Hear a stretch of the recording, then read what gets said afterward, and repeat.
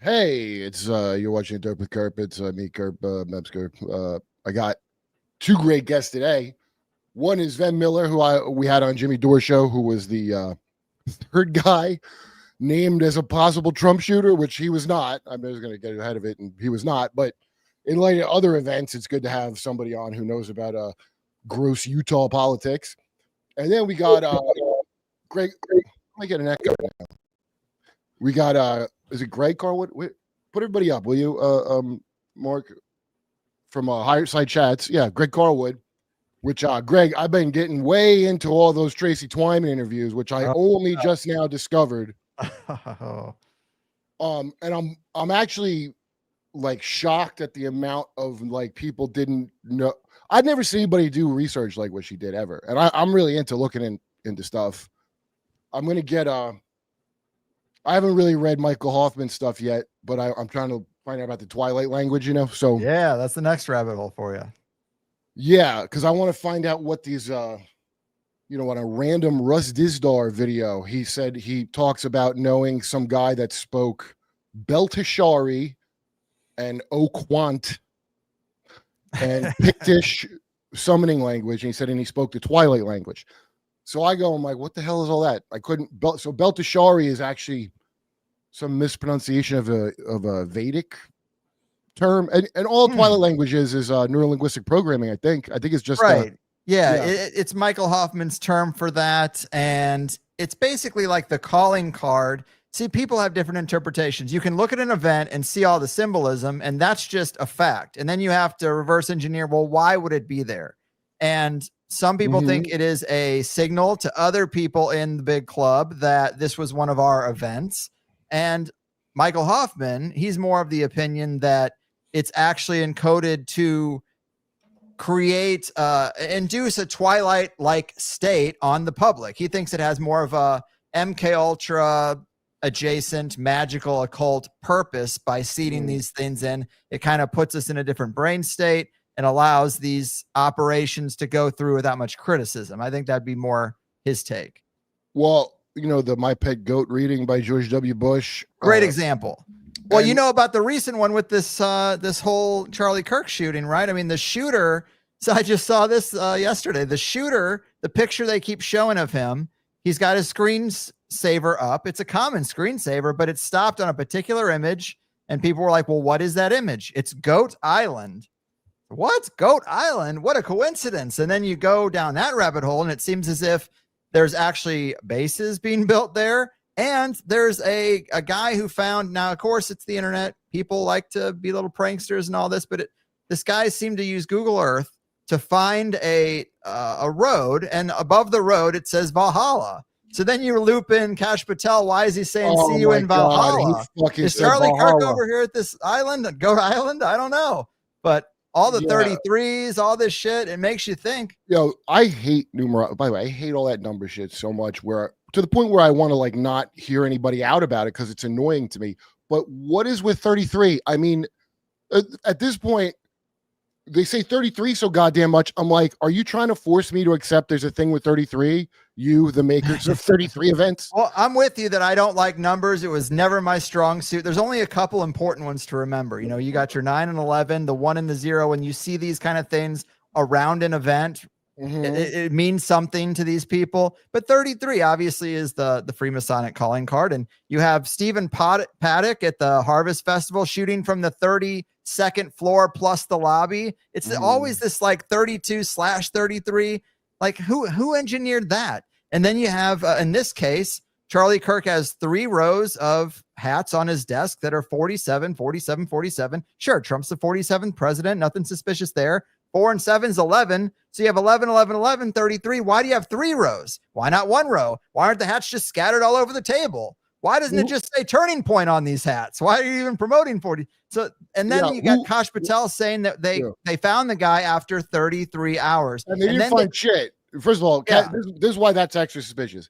Because Kash Patel acted as if they did some kind of great police work and the guy's dad didn't tell him to turn himself in. Right. So who cares how many hours it took for the guy to, there's like Zero Dark 30, that stupid Osama bin Laden movie that's fake. Yeah. They got Osama bin Laden off a walk-in. A Pakistani disgruntled guy came and goes, yeah, he's staying over here. I'm mad about it. Yeah. That got him. There was no plucky redhead female agent that the men didn't believe and whatever the fuck that was.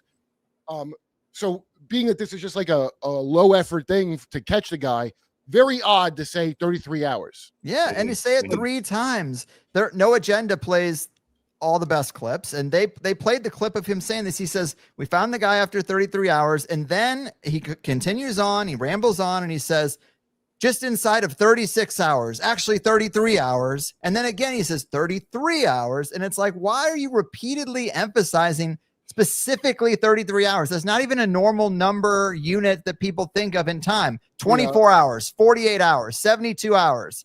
That's normal. Right. 33 is not normal at all. And you say it 3 times. And how are you going to pinpoint? Did you look at your watch? Oh, it's the 33rd hour. Why don't you say a day and a half? There's so many ways you could phrase it. That's what's crazy is when you start picking out the symbolism, people say, oh, you're just looking for that stuff. I'm like, but you have to consider the infinite way things could be arranged, and they happen to be arranged this way.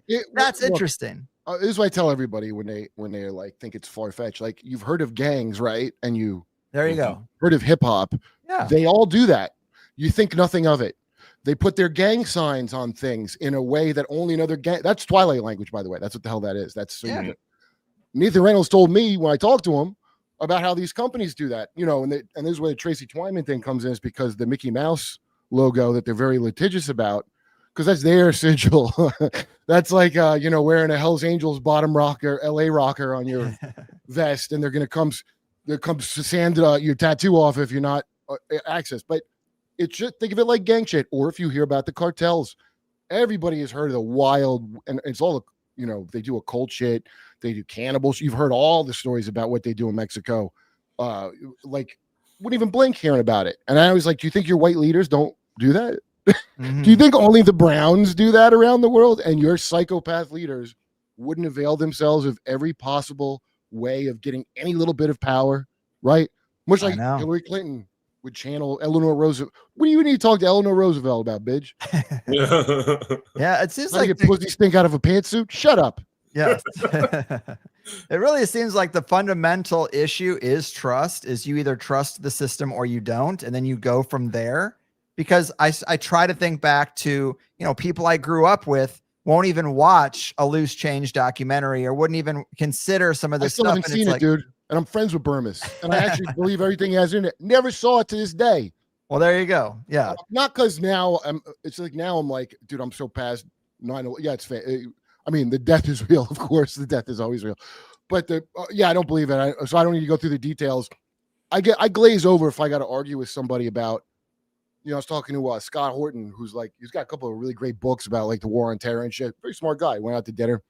He's like, no, 9/11 happened how they said. He doesn't think Oklahoma happened how they said.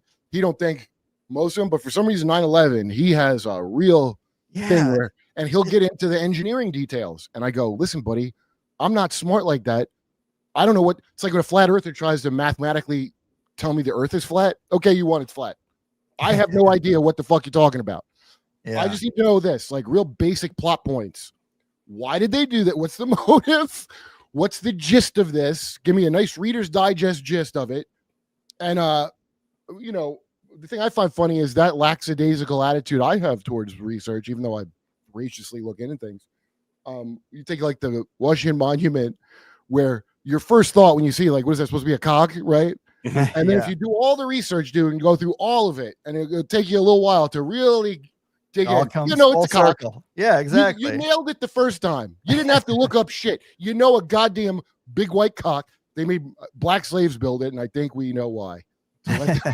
Penis envy. Yes, dude. The penis of Osiris. We're very much on the same page with a lot of that stuff. I mean, I just ask the questions. I consider myself just a regular stoner college dropout guy who asks questions to the people I choose, who I think are very intelligent researchers, and I just want them to make their case.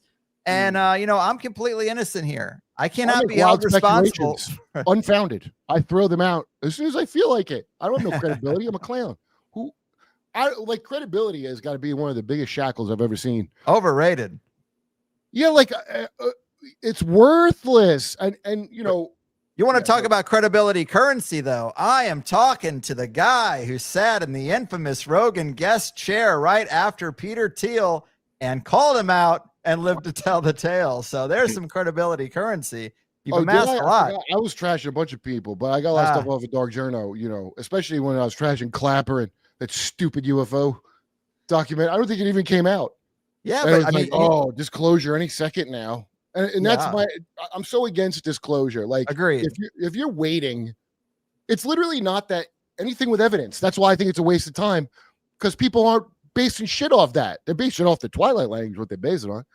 And so until they get permission, hypnotic cue of permission from the goddamn government, you can say this now.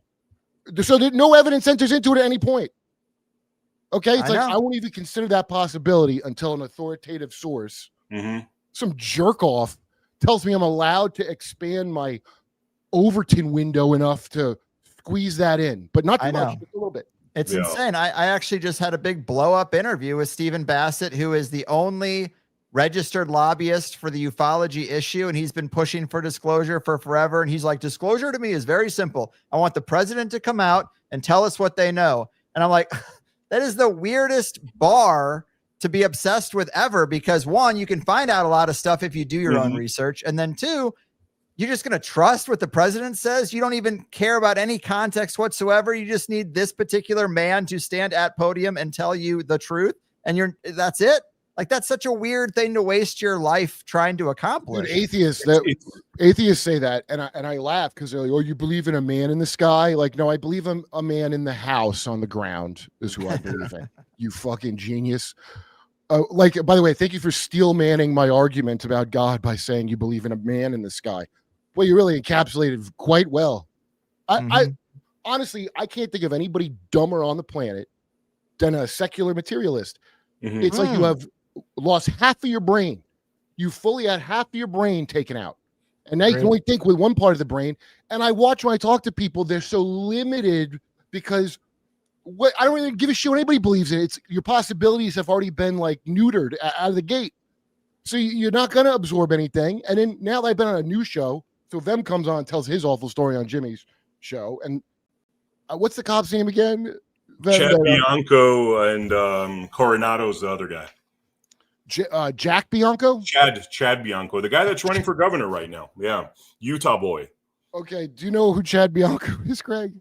I was learning a little bit about it before we got rolling here, but scary thing to be accused of attempting to assassinate a president. Quick, Vem, just like, I mean, real quick, like sum up what happened with Chad Bianco. You're going to report on the Trump rally. This is post the two guys that were shooting at him ostensibly, and then so you were going to report from Vegas, right? Yeah, well, actually, it started off with a tip from Vegas where I heard about these trucks that were transporting illegal ballots, which you could find on our platform, America Happens. It's called the mother lode of all voter fraud. 150 semi-trucks and trailers transporting illegal ballots. That's why I was in California. And while I'm in California, I hear about the Trump rally. I've been to like 24 Trump rallies. So I call my buddy and get some tickets to go to a Trump rally. And I'm about Trump tickets, dude. Huh? It's so funny to get a pair of hot tickets to the Trump rally. Yeah. So, I didn't even go into the Trump rally. I outside of the Trump rally, about 1.2 miles away, I saw a deputy and I drove up to him and said, "Hey, look, I'm from Nevada. I'm a Trump caucus captain. I also ran for office. I'm really just trying to make him feel at ease because I have a couple of firearms that I just happened to have because I was doing surveillance in a dangerous place in California after driving out from Nevada there." And so I tell these guys, I even offer. It was legal how you had them also, by the way. You're supposed to have them. And I offer for them to hold on to it. I mean, I'm just trying to put these guys at ease, trying to go enjoy the Trump rally and thinking, the worst case scenario is they're going to tell me to make a U-turn and go back home. And I'm going to have to do this 4-hour sucky drive back home. So really, it was just full transparency, being completely honest. And then Chad Bianco, opportunist, wanting to run for governor, he wanted to use that for his own fame. And this is what we've been fighting for the last 10 months, is exposing this guy. Because although he's a Republican, Greg and I were talking, we're not necessarily what we do. My business partner and I isn't necessarily a Republican Democrat. It's like scumbag and not scumbag. You know what I mean? Yeah. So if somebody's who believes in that shit anymore? I guess a lot of people, but it's sad. And that guy, so I was looking him up when you came on the show. So they stitched you up good. And I remember when the news report came out, I think we first talked about it on Jimmy Dore, and I was like, I don't know, this doesn't. It made like it was very strange because I remember you're like, I like Trump. I went there to report on it. And so so I didn't know what to make of it, and then I forgot about it until we had John again. Mm-hmm. And the thing is, I know that caused real problems for you. Yeah. And people just forget about the shit. They just move on. It's crazy. That's a crazy part is like, when somebody does something like that to you and you got 50 pages of BS, I mean, it definitely makes a significant change in your life for the worse. But the crazy thing is none of these guys are held accountable. You know what I mean? Chad Bianco has got a sheriff's badge and he uses that to cause crimes against us civilians. And this is not the first time, by the way, but why isn't he being held to account? So this is where the whole, If okay, for you to come out there, so there was already things were heated up, okay, and this guy, and I know he's scumbag opportunities because I watched the video of him kneeling in front of BLM. Yeah. Okay, so that is like a sheriff kneeling before BLM is the lowest form of shit I could think of. First of all, BLM's a fake. At this point, at the beginning, I understand people. Hey, there's a problem with shootings, blah, blah, blah, and they don't know anything about anything. And there is massive racism since the beginning of America. Of course there is. However, that group was horseshit the whole time. You bought a fat bitch a house if you sent them. I don't even think she gave any to Hamas like she promised. Mm-hmm. So fuck you if you care about BLM now. That motherfucker is kneeling in front of them like a punk. Then he's arresting a guy who's like, oh, I caught the... That just reeks of like you follow trends on TikTok or Twitter with your agent to figure out what you should jump on. Like I imagine an agent. I call him the OnlyFans sheriff. Same mode, same thing. You know what I mean? Like putting gratuitous nonsense out there. His version of like an Arpaio. He's like a Joe Arpaio kind of, but I mean, I don't even Arpaio. Although Joe Arpaio is such a piece of shit, but I don't remember him stitching up anybody as a presidential assassin. That's a bit of a.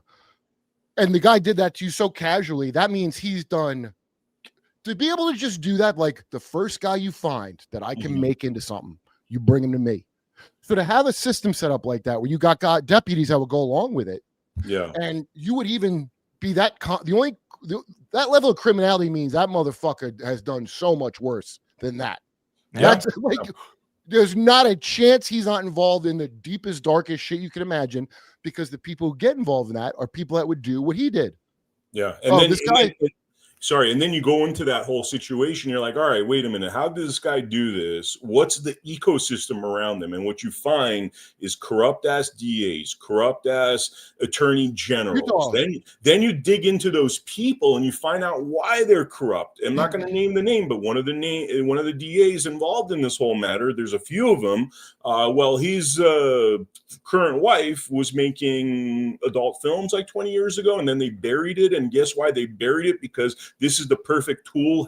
Should he misbehave? Should he go against the agenda? Should he go against the gang's agenda? Then guess what, man? Hey, your wife was making pornos 20 years ago. We're gonna destroy you in the news. That's a lame ass blackmail, by the way, at this point. But I guess Utah is how it would work.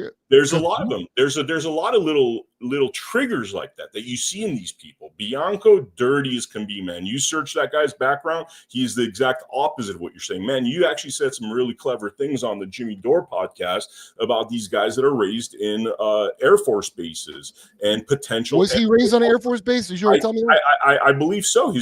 That's what he says in his biography. Oh, that's not good. That's not. And then by the way, but it's a bad sign.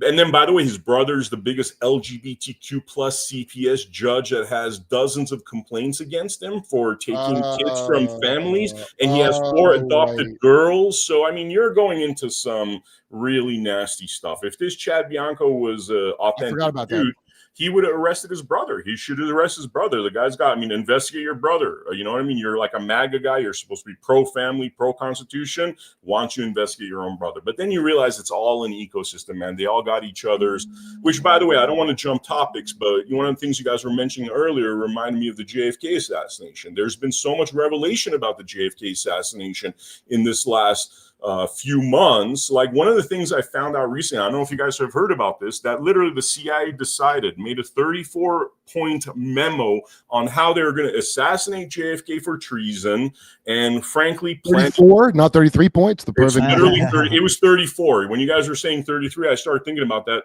Unfortunately, this was 34 points. Literally, the reasons of why he's being assassinated, the fact that they think he did treason, his brother was involved in treason. Everything pretty much signed up. And when people are like, why did this happen? Why has it been covered up so long? Well, just like 9/11, because you have an entire institution of people that are covering this. You have a crypto government. People say like deep state, but I would call it a crypto government. Mm-hmm. Right. Crypto. Yeah. I was going to say, bringing it back to Michael Hoffman, I think he calls it the not sorcerarchy or cryptocracy. But it's funny that you bring up JFK because Michael Hoffman's partner was James Shelby Downard, who is dead. Cryptocracy. What was it? The cryptocracy. You got Cryptocracy. Okay. I got thinking too much about crypto and transhumanism and all this stuff. Like, that can't be right. But no, I guess he got ahead of the branding. So James Shelby Downard, it was his partner who wrote King Killed 33, wrote it about the JFK situation and wrote about all the esoteric elements involved in the shooting. Dealey Plaza is set up like basically a tree of life, and it goes through certain sephiroths that have a symbolic meaning behind them. And it's just the layer of detail sometimes in these events. It's so crazy. I always say it seems too precise for human hands. Like, how could human hands really organize, even with all the power? If they're under complete control, they could do it. If you get them under complete control. See, if you can link this all together, right? But and like the days of old Atlantis, and you could unify everybody's brain in one language, you get all kind of crazy shit done.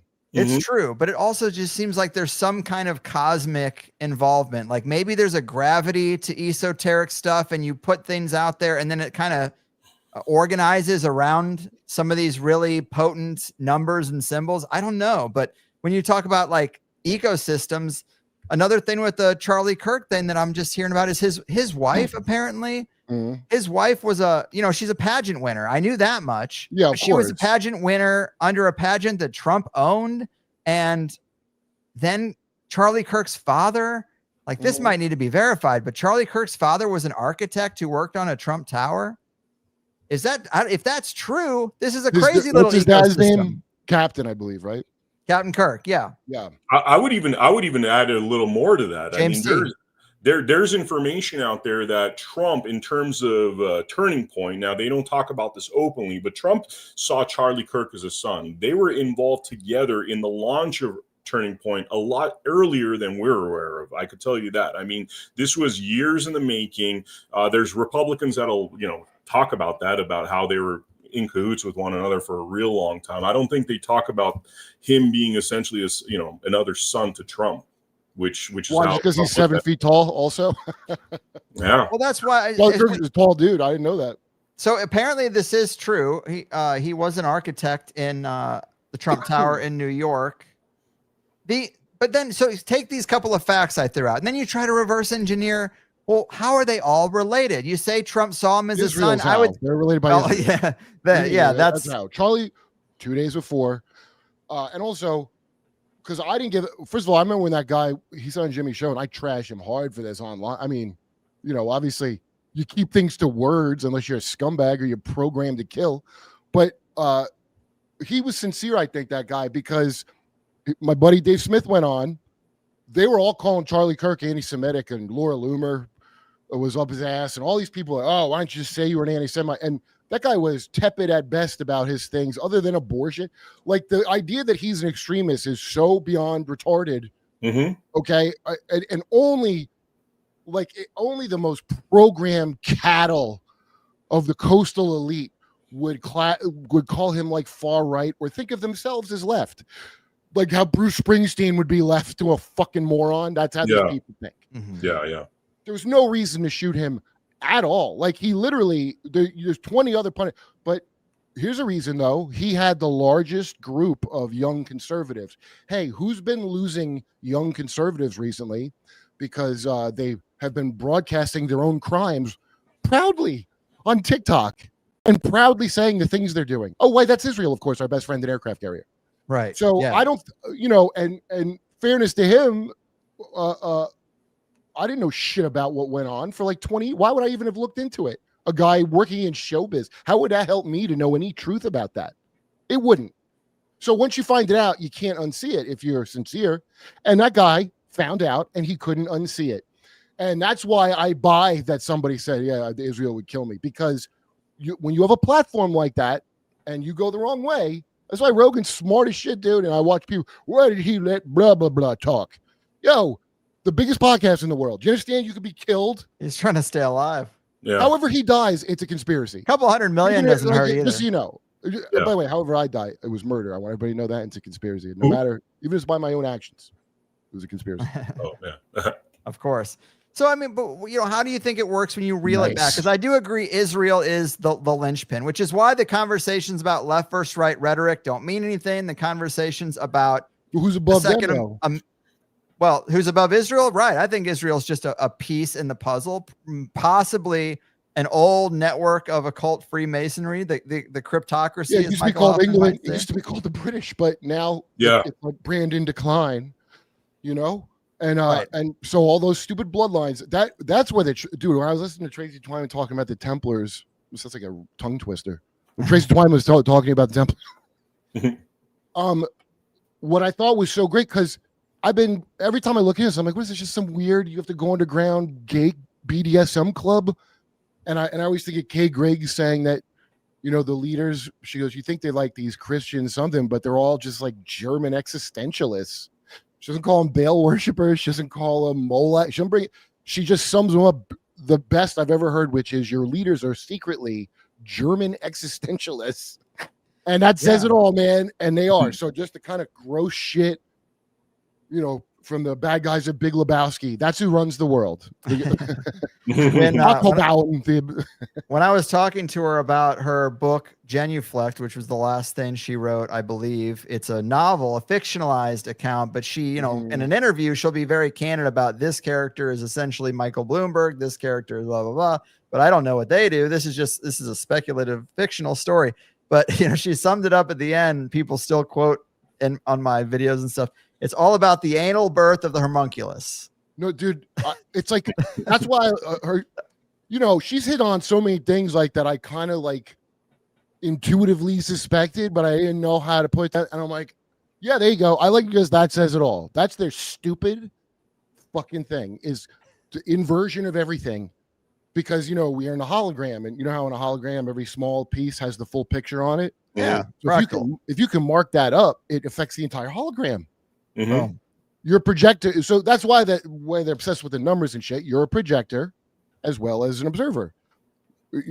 You're like, I think it's you're the piece of the hologram. That's what they mean by all that as the carp. So the drape shit, so if they can do stuff to you, they will remake the reality in their image, which they do.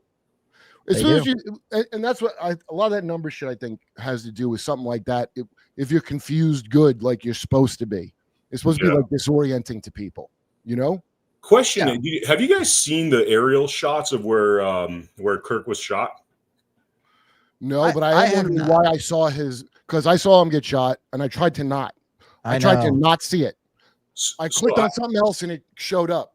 Dude, you're not allowed to show fucking people punching each other violence half the time on YouTube, but I saw that by mistake. So we all had to see that, and they're gonna make sure you get to see it. It was awful to see. The first shot I saw was the far back shot, and then I saw the close-up shot, and then I watched that 6 or 7 more times, and then I didn't want to see it again, and then it was served up to me basically for 5 days. It took a chunk out of my soul, I think. Yeah, you watch a guy's soul go out his body. Yeah, people who were like, yeah, good, and he was bad, or they had like what's her name? Michelle. I mean, I like Michelle fine, but New York dumb shit liberal fucking thinking. She made some lame ass joke. It wasn't even it was actually offensive based on how tepid of nothing of a joke it was. And it actually was, I think I'd probably amplify it worse, because if you had just seen the guy's head go like that and blood spray out, the thing's so shocking is it looks fake. Like any kind of thing like that, if you haven't seen it, it looks fake. Rotten.com used to always have, remember that was Rotten.com steak and cheese. They look like they're not real because you don't see that normally, hopefully. The BME panel. You can't unsee it. And then you hear a dumb joke from a John's, you know what I mean? Like, right.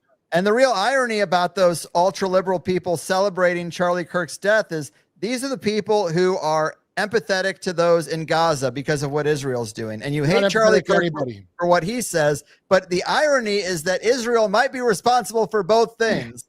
So you are upset. You have sympathy over here, but not here. It is weird. Like these are the people you spend your time criticizing. None of them are empathetic. It's performative. They're pathetic. They're really in touch with me. Yeah. So that's why you have to, whatever, like if I'm a moonkin elf blood and that's my gender now, my world of pretend, you have to do it with me. Like you're fucking my mom. You have to play my pretend games with me.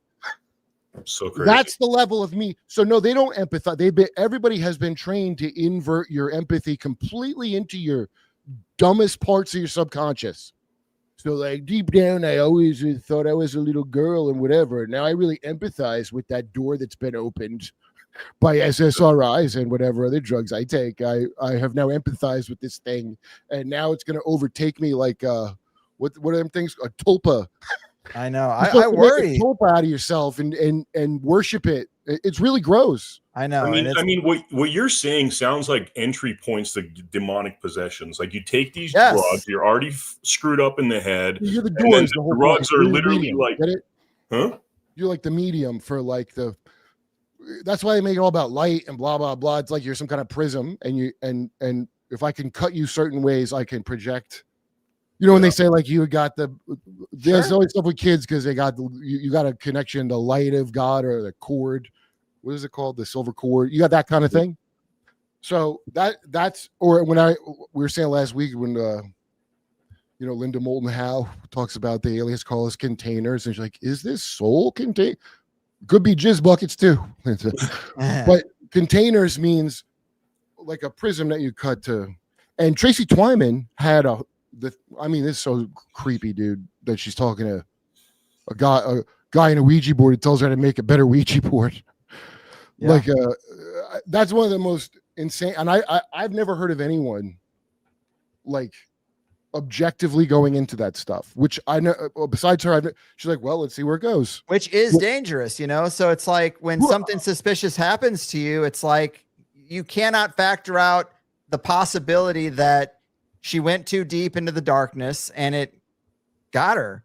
Wasn't she being harassed? Well, so I don't want to get so crazy into it, but it does involve my website because she was apparently hanging out on my forum. And there was a guy on the forum who started making posts that was like, we should do magic to protect Tracy because of what she's doing. And then she saw her talk about it. Okay. So she didn't respond all that kindly. Dude. She made it a Ouija board.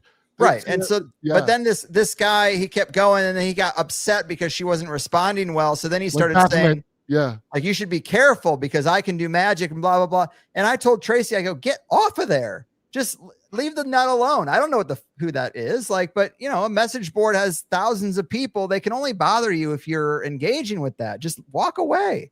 And how did she not make that connection to the Ouija board shit of a message board to Ouija board? Or she's literally, you're talking to a demon who's lying to you. Like, I don't know, man. It couldn't be more of a parallel. That's what they mean with that as above, so below. If you're wondering what they do in the occult, they do the shit online, just like a message board. It's very wild. One of my childhood friends became he was doing journalistic stuff for Ground Zero, which she was the producer for that because he was in Ferguson during the Ferguson BLM thing. So they wanted a man on the ground. I said, my buddy lives there. And so my buddy got on the air and I got a kick out of seeing my friend on the radio talking about that. Well, they became friends and started talking more about various research. And then, he would kind of tell me a little bit about it, but I was like, you guys are just kind of psyching yourself up. You guys are getting really paranoid. Mm-hmm. And then one day I wake up and my friend has taken his dogs for a walk and all of a sudden he's institutionalized and they're cutting the clothes off of his body and he's handcuffed to the gurney and he doesn't have any memory of what happened. And then a few months later, Tracy's hanging in her garage. So this is what I know. So maybe they got a little too close. I don't know. Maybe they just didn't sleep and got each other super paranoid. Maybe it all works together. You set the conditions by Yeah, making well, yourself paranoid you and got a not line- sleeping. if you got a line on a camp in Arizona where a lot of Turkish people go to, I'd say you stumble onto something. I didn't know In fact, Turkish anywhere people you were hear involved. that, what? The Turks are involved? Dude, I mean, surely you know all the bizarre Turkish shit, which is like most of this comes from, because that's where Sabotage Sevi went. The That's Wizard so of Oz, crazy you bring that the up. Tower Dude. of Oz, where You're they kept talking Sabotage Sevi. 1666, basically, right? That's what you're talking about. Yeah, look, Rasputin is the same deal. When you hear Yeah. Rasputin, Yeah. salvation through sin, you're like, what is this shit? They're gonna like spiritually bungee jump, like we just got to go so low that we snap all the way to the top. Yeah, it's kind of. Are you insane? Wow. Like, yeah, they're nuts. And Yeah. and you just brought up you go, Tracy, get off the fucking message board. Like, you get nuts with it. And if you don't have discernment, that's what the whole prayers and all that are supposed to be for. So you have the discernment to go, I don't have to do anything this idiot's saying to me or care what they say. That includes Baphomet. Mhm. Like, I don't have to fucking listen to this idiot. I don't have to do this shit. So there's like it seems such kamikaze mission as I just now, dude, in like the last few months heard of Tracy Twyman. I was just trying to find everything. And it's like I'm watching a horror movie. Like, she's doing stuff that I'm like, whoa, that is wild what you found. And I'm like, are you kidding me? I'm like, I'm waiting for it to be like, and that's when I found Jesus Christ because I was scared out of my mind. No, she went dead. Like, I wouldn't do that. No, and just seeing someone do it is like, who would even do that? And I learned a little bit more after she died. I mean, because obviously there was a lot of, I guess, pressure on me because it's like from two different angles. I'm pretty close to people who are somewhat involved in the last few months of her life, but they're pretty loose connections, but it still doesn't feel good to be in that hot seat. But so I would try to learn more. I'm like, where? A lot of single ticket buyers, we call them. I mean, I wasn't accused of assassinating a president. So, I mean, it's not compared to that heat, it's nothing, but you don't even want to know how much. Well, I found out that when you go, the reason she has a lot of occult knowledge, right? So she used to pal around with a lot of these people, and a lot of people who are researchers who are just curious, they get too close to people who are very dangerous because they're trying to figure stuff out. I'm sure there's been people who've climbed the ranks of Freemasons, not because they were bad or seeking power. They were just curious about what power is up there. So they went through the ranks. And I think she did something similar with occult groups.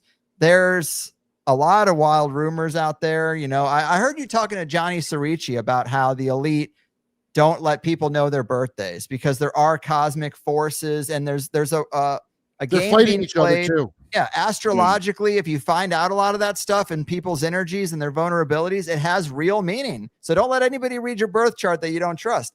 And that goes, the elite are like that. And so if they believe it, I start to wonder what's up with it. Do you know what that is? They know. Here's their little secret that they know is the same as like online.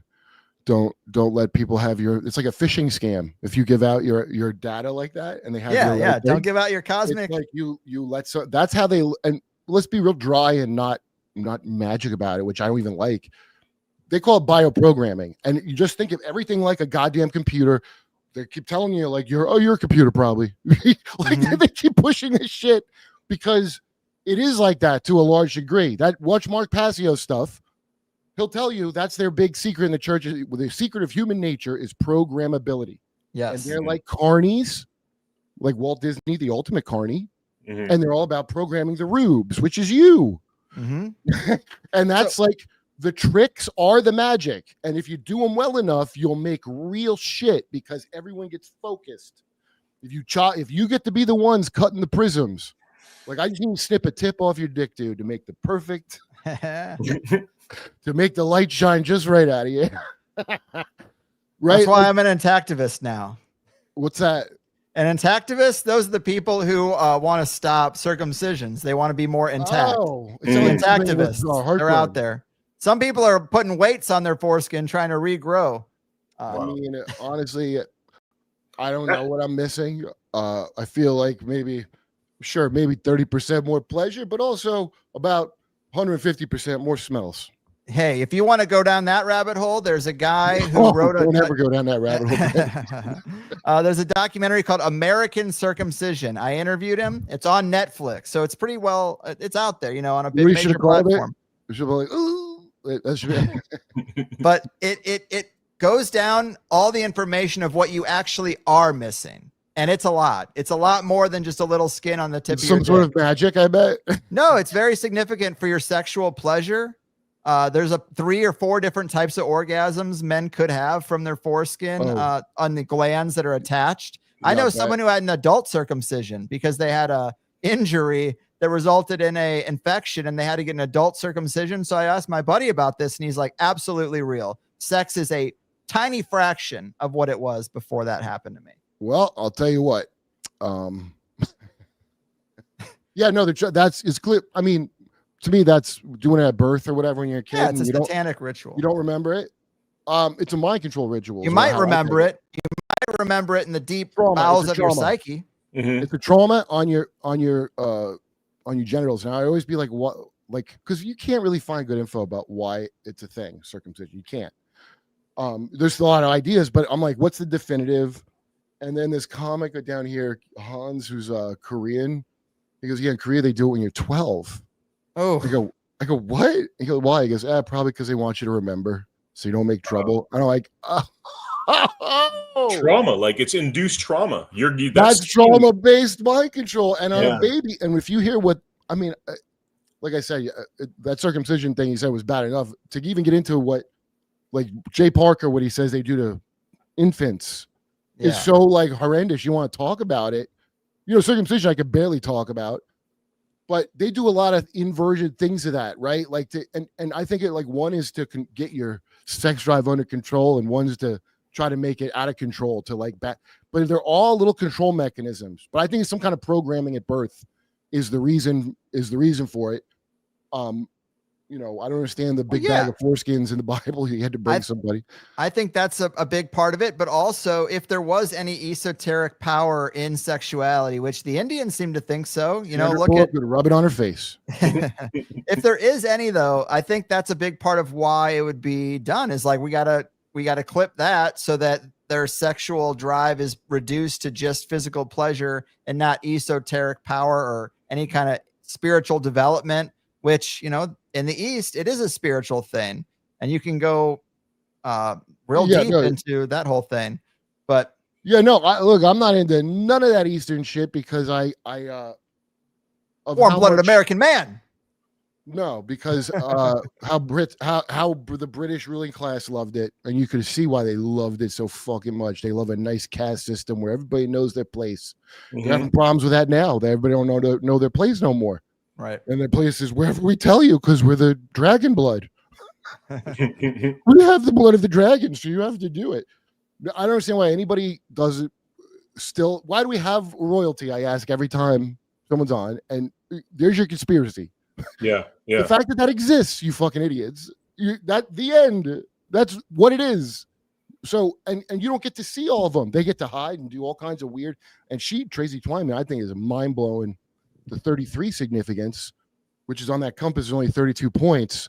So they're a little extra dimensional because they're on the 33rd degree that you can't even look down. Right. Well, she picked that out. I don't think it's any official document. I think she picked it out, and I think she's right about that. Yeah, I think so too. And on that angle, something that we used to talk about right towards the end was the idea of hidden hyperspace kingdoms. This was kind of one of her terms. This idea, like when you watch a movie like Kingsman, you see them all meeting in a room, but they're not really there. It's just like a hologram of them. Well, take the technology out of it and think about the astral body. If you look at the Masonic tracing board, there's a lot of symbolism of sun in the sky, moon in the sky, ladder up the middle, or staircase up the middle to a hidden window. So she's working with this premise and reverse engineering the symbolism and suggesting that they might have rituals that, just all the angles and stuff that Freemasons are about. They might have found a way to reliably go to a space within space, a non-physical void, and have meetings or live forever. It could be an immortality machine. Go watch Nathan Reynolds. He says what they did. That's what he says. Who, Nathan Reynolds? Yeah, go watch it. I'm unfamiliar. Well, I brought up 3 times already, but I'm going to tell you the thing about his family finding the not the serpent mounds. They would dig through mounds. It sounds like his great whatever was like a Joseph Smith warlock type. And they found some skulls that taught him how to get in good with Nahash, the serpent. And because there's Amaru, there's a Amurika we live in, right? With the winged serpent. Uh-huh. And his family followed it wherever he said and Nahash wasn't like Satan or something. It was a separate thing. And they could get a peek. The way he said it, by doing things they wanted, they could get a peek into it. If you listen how Tracy follows the breadcrumbs these things give her, well, that's what they do. They're Nigerian scamming you and giving you little peeks. To tie that right into Tracy, like boy, you were just talking about with Tracy. There's another person, Dr. Heather Lynn. I interviewed her once before. I just did like yesterday. It hasn't aired yet, but she said that she had some of the same sources as Tracy. So I was like, I got to know more. You're not going to give the names, but I want to know a little bit more about these sources. But she says that she thinks the way it really works is the oldest texts we have describe the Anunnaki and getting all this information. The building blocks of civilization came from the gods, quote unquote. Well, we usually frame that as a good thing, like the gods gave us knowledge. Well, no, they gave us centralization. They gave us a way to create centralized power and kingship. And then she says that those same people are still contacting those same beings, which are like, we'll help each other. You pay homage to me, collect energy for me, and I will get you power. And here are the tools to amass power. First, you start a city, get people in there. Then you start agriculture. Fuck the hunter-gathering stuff. You got to harvest the stuff, and then you got to put it in your storehouse and then piecemeal it out to the poor people. And this is how you amass power. And they've done this from the foundation of Sumer. And it's really crazy because Dr. Heather Lynn, when she was describing these similar sources, she said there's an occult group that goes back to France that her and Tracy both knew people in, and they are a hermaphroditic order, which goes kind of to the whole thing about Baphomet. And then it goes, and she basically suggested that one of the agents of this esoteric order of hermaphrodites is Macron's wife. And Macron's wife. Oh, wait, what? Whoa. Tracy Twyman said this? Tracy Twyman, a person who researches similar to her, and Tracy wasn't really around to say this. Yesterday. I mean, it makes complete sense. Right. And she says that this occult order is more powerful than people realize. She didn't even name them, but they place. He's the ultimate power, dude. Well, they place trans people in positions of power to be the puppet master. So you got Macron is an idiot. His puppet master is the man who was his teacher as a boy. I mean, how many of us are even still in contact with the people we were fucking around with when we were 16, 18? Like ex-girlfriends and stuff. I never talked to a male techer who right. So I mean, Macron married this person and then became president. That's interesting. Mm-hmm. And so if this person is part of some occult order of hermaphroditic transmutators, I mean, it seems to check out. Then you got Big Mike. It seems like there's a lot of stuff that goes back to France. It ain't just Joan Rivers that was saying Michelle Obama had a dick. You know that? I just found this out from I know Keith. that. Well, Keith Robinson, I hadn't seen in a while where I was bullshit. And Keith don't believe it. Keith like, don't talk about Obama. Like, keep her name. Keith's so goddamn funny. But he said Dick Gregory was the one that he first started saying that, which I find very interesting. Because Dick Gregory, I never got to meet him. But that guy was real deep into looking into shit. I bet he knew all kinds of stuff. Agreed. Yeah. I don't know, dude. Michelle Obama, I was like, okay, the dancing one, that's just a pants wiener, okay? That could happen. It's like, I don't even care, except that they're being dishonest. So they're hiding something. Well, remember Lady Gaga? Mm-hmm. So I remember this. And I used to think it was like, oh, good on her. But she's an empty vessel. So there's no way she was this clever to come up with it herself. But anyway, remember they thought she maybe had a dick. Okay, it was I do remember her that. Little Monsters tour, which was a big ritual to get this gender bullshit going. She was born this way. She tells accurately. It's not. This is just one small part of the thing. She's telling you up front when they interview her, but she comes out of a cocoon, and all her little monsters are screaming. This is when, before we had like that Charles Transon cult. Now this is the beginning of building those. Okay. And I heard Lady Gaga's had a dick. And then Anderson Cooper. Now, this is before, you had to act like it was the most dignified thing in the world to have tits and a dick. And back then, you're like, wait, do you have tits and a dick? It was not insulting because, you know, it wasn't, you know, blaring all day. So she goes, I thought this was great what she did at the time because she's eating a mint. She's like, you know, like Roseanne would chew gum and be right. And then she goes, do you have a penis? You know, and she goes, why did that even matter? Like, it's so funny. She's not funny. She's an empty vessel that gets something poured into her. So there's a setup to popularize the idea of having a secret dick. And it's again from the outset with my pet goat, watch the teacher giving the kids a lesson and the words like steal something, and the words are not the exact same. It's like plain PLAIN and shit, right? Yep. But that's how that works, that hypnotic thing. And she goes, say it 3 times fast without making a mistake. Yo, I got pretty good memory. Now, I don't remember what we did in Gate. That's the only thing I don't remember. I don't feel bad or good about it. I just literally don't remember. Maybe you're in the Gate program? A lot of people, dude. It was just no, but you were? Yeah. Interesting. Yeah, I interviewed a guy about that. Yeah, gifted and talented. Yeah. I it's not even like a crazy thing to be in. Like, well, do you know? Things, yeah. Right. Do you know there are organizations now? Because of course there was no internet then, but now there's organizations of adults who are in the Gate program that share a lot of wild stories. A lot of them don't have memories, like too many, a suspicious amount. And some of them talk about having been made to drink a pink liquid. And then other people. It's fluoride. It why would you be drinking it like that? It might be just to dumb the Gate kids back down to normalcy. But no, I think they were doing some Stranger Things shit. They were looking for people with high IQ and maybe a certain sensibility so they can exploit. I'll tell you one right now because my friend Brooke, I got to get Brooke to come in. God damn it. Anyway, Brooke was in it down here in Texas, College, Texas, briefly. And they had all the kids go in a darkened room in like an annex building or something with a big hot air balloon basket, and all kids had to get in the hot air balloon basket. And then there's a big movie screen, and it played it like just film, and she's like, it's like you were flying over Italy, and that's it. I was like, what? That's remote viewing shit. That's what the fuck that was. It took me a while to figure out what it was, but it's remote viewing. They're checking for people that got a little bit of that sense, better Wi-Fi reception, so to speak. Yeah, sure. I agree that the Gate program is super suspicious. You should look into some of those groups. Gray Area Monarch goes hard on that. Yeah, that guy. Okay, that's Emma's boyfriend. So I first. Oh, really? Okay. Yeah, I stumbled onto you know, I was looking up UFO shit, and then I kept seeing Monarch, and it was like a lot of that's fake because they want to blah blah blah, and I was like, well, I want to know about UFO shit, and not particularly that they're all fake. You know, like I wasn't that interested in it, but I still read it.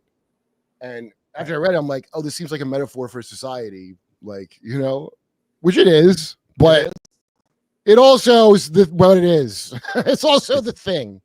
I already know it's not speculation on my part. It's been disclosed. I can't say it enough. I put the links up on other episodes, NSA archives by name. They say Monarch in the thing. I couldn't believe it.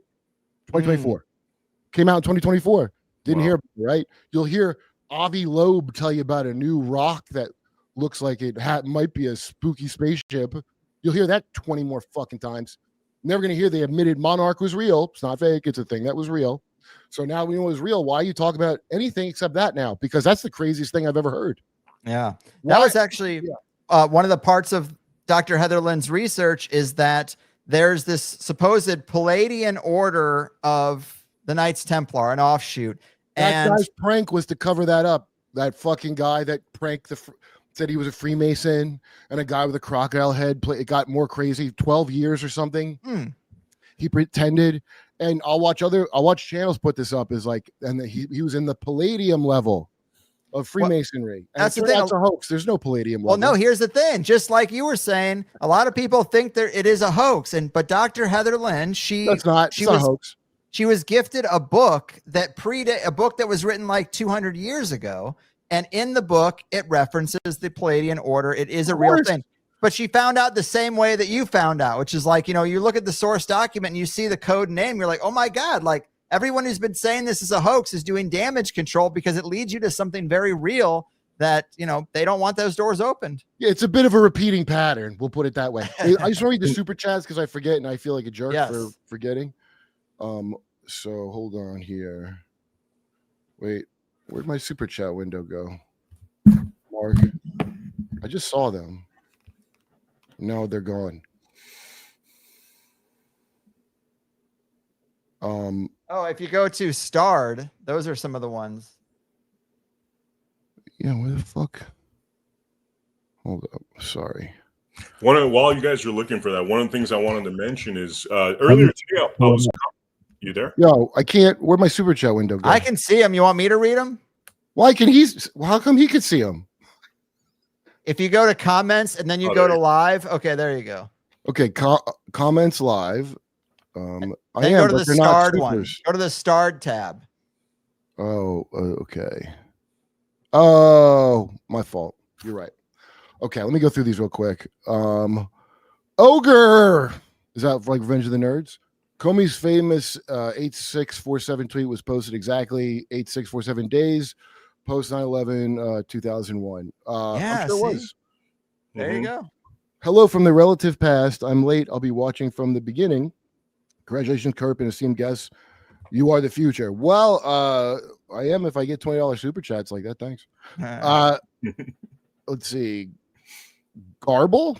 Have you read the book The Master and His Emissary by Ian McGillichrist? It explains a lot about people's mental blind spots, Reddit brain people. No, I haven't, but I'll check it out. I know Ian McGillichrist has had some interesting things I've looked at before, but is that the guy that looks like a fucking rock star or some shit? I'm gonna look at it. I'm writing it down myself. I always am looking for new leads. Don't scratch your Twitch. That's good advice. Kurt, have you checked out Predictive History? Professor Zhang has some great lectures. Would love to hear your thoughts. He has popped up in my algorithm. Yeah, agreed. And it looks like it's fun, but I'm looking. I'm like, yeah, no, I already know that stuff. I want new stuff that I don't know yet. Well, Luke, listen, you queer. Stop calling me a crypto. Oh no, that's not a super chat. That's just some guy, a crypto Nazi. Listen, you queer. Is he fighting? Is he saying that to me or someone in the chat? That's great about Tracy Twyman. Done and done. Check. A very solid Kurping we're getting this week. I might progress to a full derping. I'm derping so hard right now from G. Willis. Drew, comment, Mama. You need to look into Drew's esoteric, the degrees, 2 pillars, reincarnation, why both sides want to protect them. They claim Shroud. That Shroud DNA, Traditorin. Who, honest to God, I don't understand this fight about the Traditorin. Like, you got a shroud of a guy with a beard. Was it on a guy with a beard? Probably. How do you then know it's Jesus? Like, where's that leap in out of nowhere? A lot of people had shrouds. I don't pay too much attention to that stuff. The markings on the body. It actually that was when that would be my argument is actual markings on the body. Okay, but what? So let's say it is that. What in the hell do I get out of that? Exactly. Bring out some Jesus juice. I think some extra secretions like Carrie talks. I've thought about that a lot. I think it's like with where we are right now, which everything we're talking about, by the way, just listening to you guys, sounds like either demonic possession or positive spiritual possession. That to me you is. Think the Catholic Church is filled with good spiritual possession? No, I imagine Harry Potter shit like that. I think a lot of those people are actually demonically possessed and leading us in the wrong direction. I truly believe we are in that era right now, which a lot of the things you guys are talking about is weakening somebody's soul through programming, and that is the gateway. That is a gateway. You have evil, you have good, and then people could be programmed if they let in all these things. And by the way, all that stuff we're talking about remind me when I was a kid. We used to do the Ouija board. A lot of us figured out. Well, by the time I was 16, I was like, this shit's crazy. Get them out of here. Did it work? Dude, after I did it once, I'm like, no, wait, this is demonic shit. But other people that I know continued that. Well, guess what? They start doing a lot of acid. They start doing a lot of drugs. They make themselves more vulnerable. And next thing you know, they lose their minds. I know a lot of kids like that lost their minds. And looking at it, retrospectively, that to me was the same kind of demonic possession that we are seeing with some of these kids that are now, saying that assassinations for words are okay. I think it's the exact same thing that we're looking at. Well, they got programmed. It's mass. I call it MK retard, the broadcasting of all they learned. See, if they disclose that they did that shit, which they did, that sounds crazy. You could just look it up anytime. In fact, disclosure. It's been disclosed. Yeah. You can look at it now, everyone, and be good. Yeah. But you don't want to, because it's so overwhelming. And if you don't have nothing, I always say grew up in a doomsday cult, but let me tell you a great thing that doomsday cult did for me. Because it wasn't doomsday for us, it was for you motherfuckers. I can't believe you're still alive. Imagine my surprise. Yep.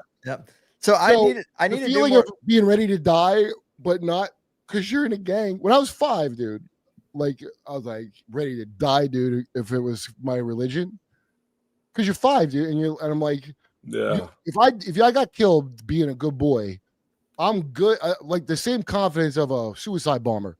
Yeah. That's And scary. we weren't doing that kind of shit, but that feeling is an I mean, I don't want to say intoxicating. It's a great feeling to not give a fuck like that.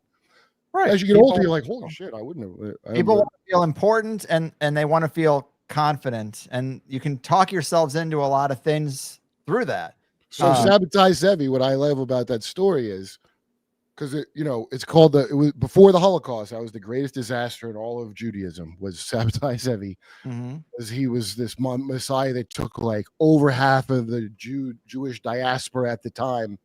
There's a bunch of Jews who are like, what are you all talking about? This is absolutely crazy.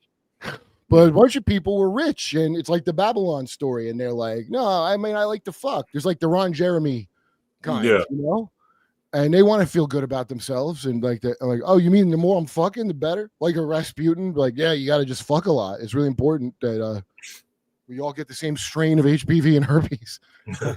So anyway, the Turkish whatever Sultan's story. There's a couple of stories, but he's like, I'm gonna shoot you full of arrows, and because you're the Messiah, you're Christ, right? You can get up again, so you'll be fine. And he's like, you don't have to do that. I'll convert to Islam right now. Like, if you just think you know something, like, I'll suck your dick right now. There was like that level of like, oh, dude. So he put on a big onion hat and went to the Tower of Oz, and so a bunch of people were disillusioned, as you can imagine. But just like Christ, they always say that Jesus Christ, him dying would have been considered a failure at the time, right? That's like, oh, your Messiah who's supposed to lead you to freedom died. But then Sabotage converted to Islam. Now, if you thought crucifixion was embarrassing for a Jewish Messiah, conversion to Islam is like, holy shit, dude. Like the greatest heel turn in all of pro wrestling. Up until and they made everyone else that was part of his cult convert to Islam. So you have you had to go either way. So Jehovah's Witnesses I was in 77, they said the world was going to end, or some faction did. They spread the blame around, but it must have been in a publication because a bunch of people thought it was going to happen and didn't get their teeth fixed and all that shit because they're going to have new kingdom teeth or whatever the fuck. And so some people were disillusioned and other people were even stronger in their faith. So that's what happened. And we can convert too. And now, so right there, you got your proto shapeshifter, as people think of it today, because imagine how mind blowing it is for someone to change up their religion like it's no fucking big deal back then to that mind. Right. Well, they call them Dohmez, by the way, in Turkey. Yeah. People should look up the Dohmez because they have. I was calling them Don May. It's Don. It's Domez. Domez, yeah. And people, you hit it right on the nail, man. That there's a lineage to what we're experiencing right now from that era in history. There was a lot of things placed during that time that is we're still experiencing today. And that's one of the things is like, what they call cryptos and how they're forced into that. And some the are effect wizards that and some are, dude, think of the if you had a faith based around shapeshifting, and shapeshifting, like, which is perception. It's not anything more than perception that you have to work on. I mean, maybe you can turn into a lizard. I don't know. But all you got to do is that's why I fucking have like a primal instinct about people that they don't want me to know what they are. I don't care what it is. Like, it's just like, if you're gay, be gay. You don't, why are you hiding it? Like, what are you trying to get over on me in some, like, like people that want to hide who they are from, or are you trying to become a comedian? And is that why this conversation? No. Well, then why are you wasting my time trying to be a comedian in front? Like, it's a thing I run into. People don't want to tell you their intentions. Yeah, it's weird. Just say your fucking intentions and go fuck yourself. I don't want to have to, like, we're fucking. I got to see what's bothering you. They all act like that. And once I found out there's a thing called the serpent race, they call themselves. Mark Windows, I got to get him on. Windows on the World. You ever have that guy on? No, but Xavier Hayes also does the Serpent Brother. It calls him the Shemsu Horror. Basically, takes it all the way back to Egypt's priest class. You know where I heard of it first? The Serpent Race. I don't. Is it Roger Lear or John Lear? Was the guy who hung out The with his dog? astronaut? John Lear, I think. It's not Roger. John. Oh, Roger Lear is a actor. John Lear. I watched some interview with him. I don't know. Is he alive still? But he was going, first of all, there's 40 planets. He said there's like 40 planets. He said on the moon, if you were really seeing the moon, the sky's yellow during the day. He said the sun's not hot. It's electromagnetic radiation from the sun is being filtered through our atmosphere. Yeah, I believe that. He goes, the entire solar system is under the control of the Serpent Race. And I go, what?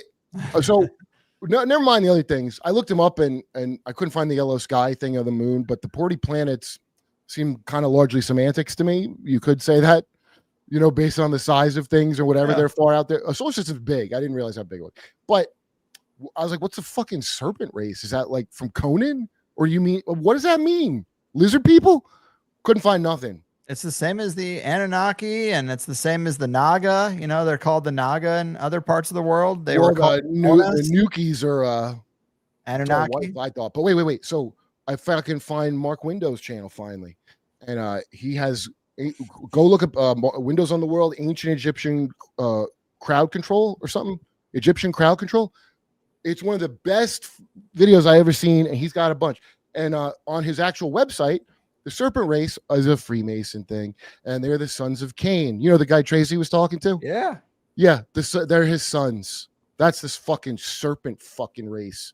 Wow. It's some Freemason fucking shit. So this is how I know we went to the moon, even if they didn't tell you all the details of it, because they put a Scottish Rite flag up there. And if you got to do that, okay, you can't. I don't think you're allowed to fake it. If you're like, we put a Scottish Rite flag on the moon, why would anyone give a shit about that? Even if it's Scottish Rite, I'd be like, all right. You might be able to see my hat. Do that if you did that. You know what I'm saying? Fair. I mean, you can't fake it. So what's fake is the details of the thing. I don't know. There's other takes. So you might be able to see my hat. It says moon landing film crew, but why would they possibly give that story out and then fake it? Well, limited hangout. I got to get Jesse on. Fuck. So Jesse Michaels just talked to Charles Hall, the tall white guy. Jesse Michaels. I wish Jesse Michaels hadn't hyped up the DNA test of the Peruvian mummies, because it was just the same old DNA test. And let me tell you something. Because I went and crashed his podcast, and I went there with him and Jay from Project Unity finds some very interesting things too. I must say, we went shooting stuff after. But I want to scam people and see what they're about, in person. I'm very interrogative. I've been pretty relentless, actually, because I just want to see what you do when I say things to you and how you react to me. Jesse's a dude that's into it, and he's from a very good family. And I got news for you. All the people that have good production values are. And it's just like at Charlie Kirk. I had not realized the sincerity level of that guy, which he's a martyr for free speech. Straight up he is. Yeah. And when he started going against his controllers, things went bad for him. And you think Jesse Michaels has controllers? Huh? You think Jesse Michaels has controllers or funders? No, but I think if you dude, I don't know who your friends and family are, how close you are. I was a Jehovah's Witness, so if you leave that, everybody that you knew is going to not talk to you, really, Sure. But social death is worse than death. Social death is worse than death. In fact, when Tracy talks about the serpent initiating Eve into the mysteries of death, I may say on the last one, or I said it on Ray's podcast I just did. I think we don't know what death is. I think we don't understand. Maybe death is a spectrum like gender. And there's levels of it. And you don't really know what anything is, because it's all based on a translation of something. And having discernment. That's what Solomon supposedly prayed for, was not even he said wisdom, but it was discernment. Discernment, like, let me know what's a fucking snake and what's not a snake, please. And real easy. You know them by the fruits of their works. That's a real accurate Bible. I say you know a tree by its fruits, but I don't know if that's the scripture. It doesn't sound really correct as well. Well, going back to the Scottish Rite moon landing ritual, first off, it can be a limited hangout, but then also if the true domain is consciousness, if that is the primary substrate of reality, then their goal is just to make you believe it happened. They don't have to literally go there. They have to seed the belief in your mind, just like all kinds of different events that they carry out. The belief creates the reality. So you seed the belief and the reality will unfold as it should, or it doesn't even really matter. Can I tell you this pitch thing I had that Do it. That what's his name wanted to buy from me, but I'm gonna keep it, I think. Anyway, so I got really into acquired savant syndrome a while ago, like a few years ago, because of the guy that fucking he hit his head and then he could do math. And he has a TED talk and he started seeing people in like with frame drag, like it. And he went to like a math whiz and could draw these like spirographs perfectly by hand, like a goddamn machine. After, and he was like a mullet head guy that got beat up outside a bar. That's what it was. I think two of the guys are like, the one guy he ended up, the guy was like, felt so guilty for doing that to him, and then they made up or whatever. But this guy, after the beating, he became, because your brain has to, even lobotomies, your brain does start to heal itself from that. I didn't know that. I thought it was like irreversible, but it's going to have to make these connections in creative ways now. And like, and it's not like superpowers. Like, I mean, they have like some crazy talent sometimes, but like one guy just can sculpt horses really good. Like it's not like who cares. And one guy hit his head in a pool, and he was so fucked up. And then one day he finally had recovered a little bit where he could like to use his walker. He's at his friend's house. He saw a keyboard, and he had, since his accident, he kept seeing white and black boxes like above him all the time, like a mass download of them, they call it in the fruity community. And he went over this keyboard and just started playing, and he could play. Wow. Because it was like he had to get it out of his head, the pattern. So if he's hitting them keys in correspondence with the thing that's flooding him, it like relieves the pressure of it. So that's not like an alien. He could hit his head. Yeah. But why the fuck is that in your head? When I did DMT, I was like, I don't know that I'm talking to entities or anything, dude, but I did see, and by dimensions, I mean degrees on the compass that you could go. Okay. I did see that, and I can't reproduce it. Like, but I can't even remember it, but I also can't forget it, which is crazy. So that's what stuck with me with that, and these people, through having to get hit in the head and whatever, they like the stoned ape theory, maybe it's a bonked on the head ape theory, There you go. Anyway, so I got obsessed with that, and I want to make you think about this guy who sits on a pool, and their personalities change. They lose friends and family because they're a different dude, literally, or woman. And his insurance don't cover it, so he has to get faith-based care in his area because his thing is tying knots and untying knots. He's obsessed with it to the point of annoying. Okay, and he ends up with this group, this faith-based thing with this guy, Brother Dave, who's like a born-again kind of khaki pants, sensitive, nice pastor, Brother Dave, and he got all these people together, like an X-Men of people with brain damage powers. Okay, wow. But the reason is because Brother Dave has he thinks so basically this guy is like, oh, this is like a kook, like I can't get healthcare and I got with this kook, and Brother Dave's like, there's basically, he believes in a thing called Throm, which is like a level of how true things are. So there used to be like the earth is flat, and everybody thought it was at the time, and now they don't, so now that's lower Throm. That's not like it's there, but it's not there anymore. This is way before I saw Tracy Twyman shit, by the way, about piling the old worlds on top of each other. Sure. Of perception. Yo, this is a pitch that I made that she had like a really detailed thing. Anyway, so as you go up in Throm, it gets really real, like platonic ideals and solids, and the lower is chaos. And the reason you can't go in the lower levels of that is because like light would shoot out of your eyes and just create whatever's in your subconscious immediately, because it's a lower thing. So he believes that the guy that trained him is trapped in this level of unreal from fucking around. And he has a Bible that he folds out that has a whole extra section in it when he folds it out. And it tells him how to get people. So he has one guy making patterns on the walls. He has this one chick making equation, and he's a guy doing music tones. And it's so, and basically they're in this apartment where they figured out to go. And this guy has to go down the hall, which suddenly goes down on like a rope, and he's got 3D glasses on to keep things to 3D, so that it doesn't. He's got to reduce the amount of input, right? And he's going. So it's like a hallway that he's rappelling down, and somewhere his goggles get knocked off, and he gets trapped, and now he is not real and has never existed, except one of the members of the team can remember him, but he's the only one. And so what happened to this guy is he's like, imagine if there used to be a guy called Bruce Wayne who was real. Right? And but he did this and got trapped. And so now he only exists as a character called Batman in a comic book that someone picked up in their imagination that's floating around. Wow. The whole thing, and I'm telling you, Tracy Twyman had a whole thing about this that was like way more detailed than anything I'm saying, about things used to be real and then they're not real. And I was They become mythologies. Made up story. What? Yeah, they become like lore.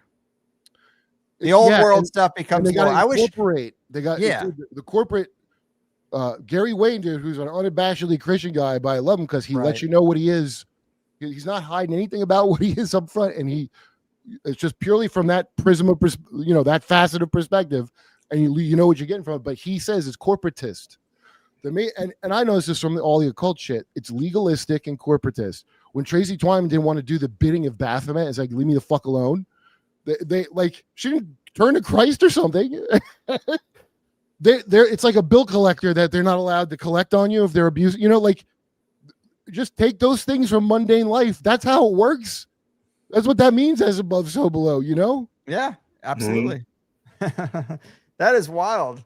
I wish Tracy was around to talk about the Tartaria stuff, the old world stuff that people are really digging Windows on the World. Go listen to his Tartaria thing. Windows on the World. That's the whole. I'm gonna get him on. I got to do a one-on-one with him. This British guy, and he's a guy that, from what I can put together, I'm gonna ask him. He was into all this stuff for a long time, and got all the old books where, like you just mentioned, the Palladian thing was Palladian level, and it is in the old books. Well, he found in the old books where Freemasons came from. Herod Agrippa, apparently Christianity spread so fast they called it the mysterious force, and it was a thing they couldn't control and plan out on their fucking astrology charts. Wow. They called it, and they go, how do we stop? And they made Freemasonry to counter the mysterious force. Wow. Yo, Windows on the World, I'm telling you, great channel. He's got his own, like, but he's always up front, like, you don't have to go with me here. I'm just telling you, I looked into it, and it looks with me. Here's a whole thing about England being the original Jerusalem, which I'm like, maybe it is, maybe it isn't. I actually don't, I couldn't give less of a shit about it, Agreed. But I do care about good information, and, it's like the LaRouchers everybody laughed at, but they got a few things that are very interesting, Mm-hmm. I'll look at anybody's stuff, dude. You just got to not make me bored. That's all. If you make me bored, I'm out. Have you gone down the rabbit hole of the Cabbage Patch Kids and the orphan trains and the cyclical cataclysms and repopulating the United States? Dude, think about how, look, if I could hypnotize everybody but me, like let's say everybody watches this amazing podcast, and I was able to hypnotize all of you that you lived 20 years in the past behind me. Well, now you do. I traveled to the future. Because we make up all those dates and shit. Like, it's literally, you're being told what date it is. Like, in China, it's 10,000 or some goofy shit. So once you realize that, then you realize, it is a big circle. They've been rerunning time over and over. And I don't think they have to do anything that elaborate to do it. I agree. I think it's perception. When you source back a lot, because a lot of the hidden history people who look into Fomenko, he was one of the big researchers in Russia who would go down the all the dates are wrong rabbit hole. First off, you got the Dark Ages called that because there's not a lot of records there. So some people think those years were inserted into the calendar to make it look like the British, all across Europe, the royal families had longer reigns than they actually did. Dude, and I got to say, they did a good job on this one. Gino over there, Y-Files, look up the thing about it, the missing 352 or whatever. The Tartaria thing, and my buddy Steve Boykinen, who's a ex-Rennie, you know what that is? A Renaissance fair person, the natural enemy of the Carney. Do you know Carnies and Rennies have had a war? I grew up in Missouri. I know Carnies. Well, their enemies, the Rennies, are... There's It's like a always humans goddamn- getting in their own way. You know, there's always going to be some opposition force. So it's carnies and Renaissance fair people. They can't get along. It's the left and right. Tommy talk. Wait, Dialectics, always. here, he texted me the name, so I'll tell you who the name is. As soon as I heard they reskinned Atlantis as a fucking Mongol Russian thing, I'm like, okay, this is like like the Jesuits. I think push flat Earth, and I think it's a Catholic op. This must be some Orthodox op. Yeah, no, I'm sure the Russian Mongols had fucking. Anyway, hold on. Let me tell you the. What's interesting about Tartaria, by the way, I don't know if you guys know about Tartaria. Go ahead. A lot of in the early 1900s, a lot of manuscripts from more ancient people, and I reference what was happening in Turkey with the Syrians, Greeks, Armenians, a lot of those ancient manuscripts, and I remember Tartaria being mentioned in some of those manuscripts. I mean, they were all burned down; they were destroyed. Why? Dude, Windows on the World. Go look at Mark Windows' thing about it. Tartaria is a map. Again, this is. All it is a word on a fucking map, dude. You can make him say whatever. Yeah, of course there is. He has a great thing about how it wasn't an empire. It was like a loose confederation of almost anarchy tribes. But they can't let you know about that, right? Exactly. They need you to believe that empire, like Alexander the Great. Why is he great? Because he's called Alexander the Accursed in Persia. They don't call him the Great. Why is he great? Because he's bisexual and he takes people's shit. I'm starting to see a pattern here. Yeah. Okay. Howdy McCoskey. Oh, I've had him on. Okay, so he's we might have talked about it's wild how many people get sucked into that. I know Howdy McCoskey's who's responsible for most of the original research. He's been drummed out of the community, out of the conspiracy community. Just the fact there's a thing called the conspiracy community. Just that alone should let you know the fucking Saturn box you live in. I just think he was wrong. So he I like back, him, yeah. But I just think he's a bit of a downer. He's kind of For a guy named like a Howdy? nihilist. Yeah. What does nihilist mean? Anyone? Nihilist? Nihilist means you don't care about anything. No, that's the Big Lebowski definition, which Crystal Ball also used about people. Well, that's where I get most of my information from. From the I mean, hey, Coen Brothers you film. watch Hail Caesar, I think is a Caesar's Messiah thing. I hated that one. I need to watch it again though with another perspective. I hated it and stopped watching. Then I watched it again and I loved it. Now, I don't believe the Caesar's Messiah thing. I think that's a spin. If there's a thing in the mysterious force they're afraid of, and here's the mysterious force, ready? It's called populism. So the reason the Jesus thing took off, if I had to guess, was the populism. And if it's one thing these motherfuckers hate, it's people not getting bogged down with identity. Oh, we can't have that for 2 seconds. You got to die if you did something like that. If you fucking, you got to stay on your team and your tribe because we run that. So I think it spread real fast. Meanwhile, you've got all the military in Rome, a Mithraist, which is the Freemasonry of the time, some Persian gay shit. And they're in a secret society of steps of initiation. And we still have the statue of a guy dressed like a chick to this day in New York Harbor from a French pervert. Right? What's the French? I'm telling you, the French occultists. I'm surprised you put this. So this is the aerial shot I was talking about. Yeah, that's the menorah where Charlie Kirk was shot. So this is what. So I was getting bombed by this guy yesterday, saying, "Oh my God, look! It looks like a menorah." His theory is that the bullet actually came from behind. It does look like one. He said the bullet came from behind camera 4, and there's a ballistics analysis he does saying that looks like an exit wound, that it actually came from here and exited over here because he was shot from behind. So wait, anyway, a menorah where? Upside down? What's up? What do you mean a menorah?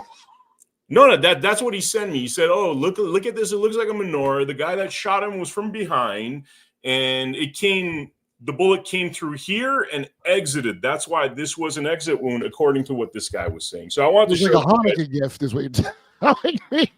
According to this guy, yes, but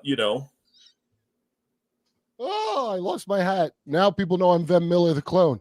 Now people know they cloned Van Miller. God damn it! Wait, we spent a lot of time with the glasses, by the way, for the audience out there, because with the glasses were too similar. Here, let me put on my Van Miller glasses to fucking. Okay. Thanks, fam. There you go, bro. See how we My form twin brother. You have the black. You have the mirror universe bottom of your beard. Now let me look at this with Van Miller eyes real quick. Uh-huh. Where's the menorah? I'm looking. It looks like It's a house. upside down. Well, that's not Oh. necessarily what I think. I mean, to me, it looks like just a place where people meet. But according to this gentleman, he said, okay, this looks like an upside down menorah. From the side that you actually light the menorah is where the gunshot came. So he was on that tip. I mean, I bet all gunshots follow that pattern. Hey, but I like. Look, Utah. What is this? Utah State or something? What's the school? I don't know the name of the school, but in Utah, yeah. I mean, in a city that is proposed to be the biggest data center in the world, $40 billion data center proposed to be there. Yeah, it's going to be the Akashic record of this nation, thanks to the big, beautiful bill.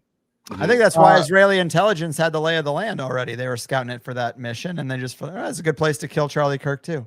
So I don't know. I mean, maybe a menorah, but I'm sure there's a pattern to it because it's a state school in Utah, and Utah is, run by at the core, the hardcore occultists. The Mormons are a warlock club. All the followers that are nice, which I know many of them, you're cattle. That's why you got magic underpants on, because they drain your. And I love Mark Window's channel for this, is because he really gets into that about how they're feeding off you. He's not even saying how I'm saying it, but there's a corrupt priest class always that is making the human cattle and breeding them. Yep.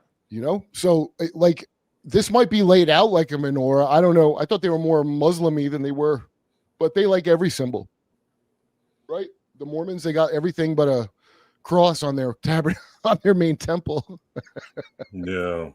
I always thought Jesus didn't die on a cross, by the way. Does anybody know anything about that? No. I just don't care about all that old biblical stuff. It took up way too much time when I was young. I did grow up in a Catholic school, and I'm just like, I can't. And they taught you the Bible? Well, yeah, a little bit. You got the stories, but it's just like it's taking up too much of my time. Who gives a fuck? It's just some old. Hey, old that's stuff. what I used to say until I found out that evidently it's some sort of Shakespeare play to these people, and they're going to do summer stock and put it on. Now that I do believe that they try to manifest revelations. Oh. They try to make manifest revelations, because they are still trying to get the second coming of Christ to come, and it's just a bunch of nonsense. But the only reason I care is because you can see some of that being played out in the template. Well, that's why Gary Wayne's thing I love. He goes, see, that's the thing. It only comes when in that book, if you want to be in law, it comes when God says it comes. Don't come when you say it comes. And this just hadn't occurred to me. They want to make it come. That's why they're doing salvation through sin. They think if they fuck the fucking endomorphic field enough up, it forces a reset or something. It's some bullshit. That and I'm sure once you get to the top, it's a different story. But it's set up like Scientology. That's all. It's a mystery school. How does mystery school work? Dude, the thing where I still can't believe this, where I'm like, wow, that's wild. So she's fucking talking. She made a better Ouija board because the she, let's call it Macron's wife, Baphomet. Right. So she's talking to Macron's wife. Bridgermet. I don't know. Ouija board. It tells her and her husband in a dream how to make a better one. Okay, which already that is so nuts. And she says very I feel like I'm watching The Fly, where Martin Brundle is calmly explaining the changes he's experiencing.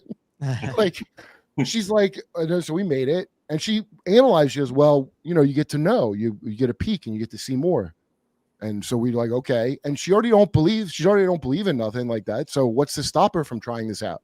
The thing that always sticks with me is she goes, look, if you want to look into it, atheists won't do it with you because they're like, I'm not fucking with that.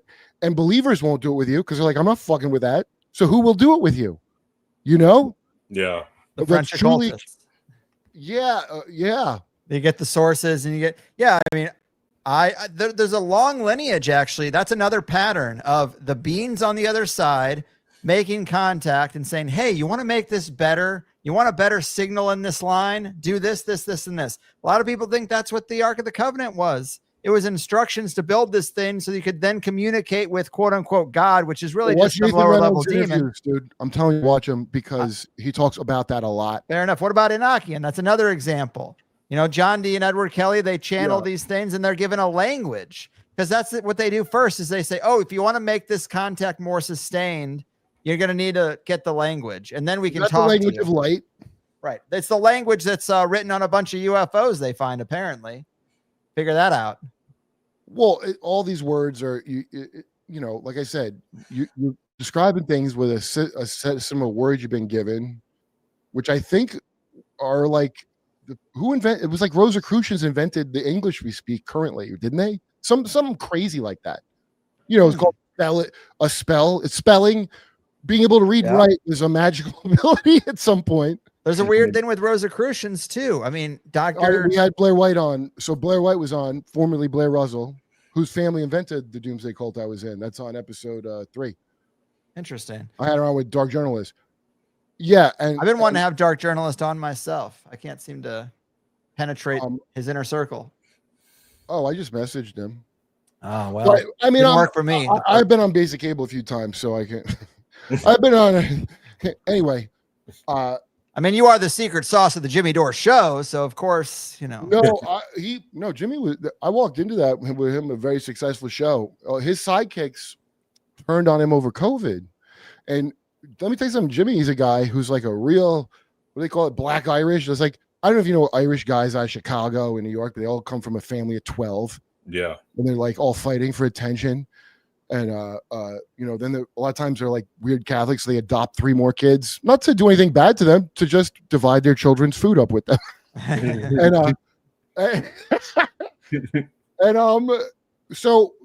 he had a good head of hair his whole life, and he was like a young, handsome guy when he went to comedy. And so Jimmy, I'm like really impressed with, because he has a sense of introspection, because you can see he's supposed to be more like Marin, where Marin is like, and Marin gave my first job. Like, I like Marin, dude. He's not a fucking politically correct guy. Trust me. But he's vain to this day. Like, and so because Jimmy has introspection, if you show him some evidence, he has to look at it. He can't not.